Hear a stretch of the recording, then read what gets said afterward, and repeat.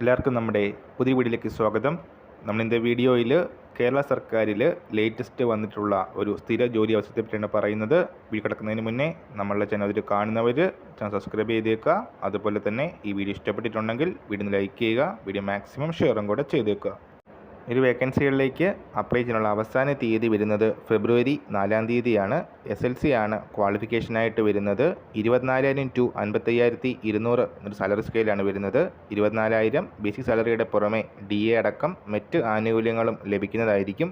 District wise vacancies ആണ് വന്നിരിക്കുന്നത്. PSC category number വരുന്നത് 782/2025. ലെജിസ്ലേച്ചർ സെക്രട്ടേറിയറ്റ് അമ്യൂണിറ്റീസ് അസിസ്റ്റൻറ്റ് വേക്കൻസിയാണ് വന്നിരിക്കുന്നത്.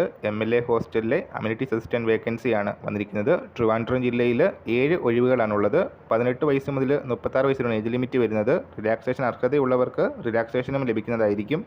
മെയിൽ കാൻഡിഡേറ്റ്സിനാണ് ഈ ഒരു വേക്കൻസിയിലേക്ക് അപ്ലൈ ചെയ്യാനായിട്ട് ഇപ്പോൾ അവസരമുള്ളത്. സോ ഇൻട്രസ്റ്റ് ഉള്ളവർ കേരള PSC വെബ്സൈറ്റ് ചെക്ക് ചെയ്യുക. ഈ ഒരു കാര്യം നമ്മൾ ഇന്നത്തെ പുതിയ വീഡിയോയുമായിട്ട് ഉടനെ കാണാം.